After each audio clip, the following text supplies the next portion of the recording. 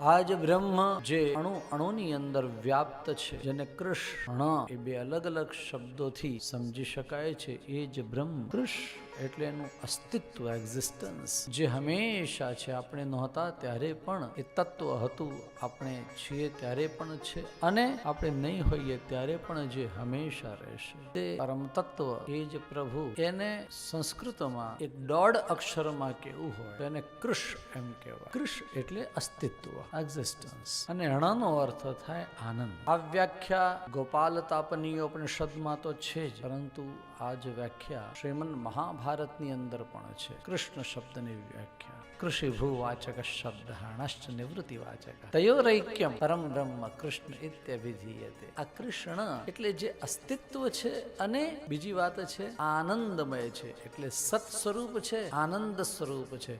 હવે સત અને આનંદ એમ કહ્યું એટલે ઓટોમેટિકલી એમાં ચિત્ત આવી જ જાય. ચિત્ત માટે પાછું અલગથી કહેવાની જરૂર નહીં.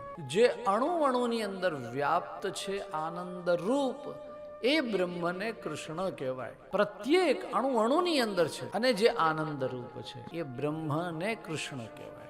એ તત્વ છે, એને બ્રહ્મ કહેવાય, કે એને જ તમે બીજું નામ આપો તો કૃષ્ણ કહેવાય.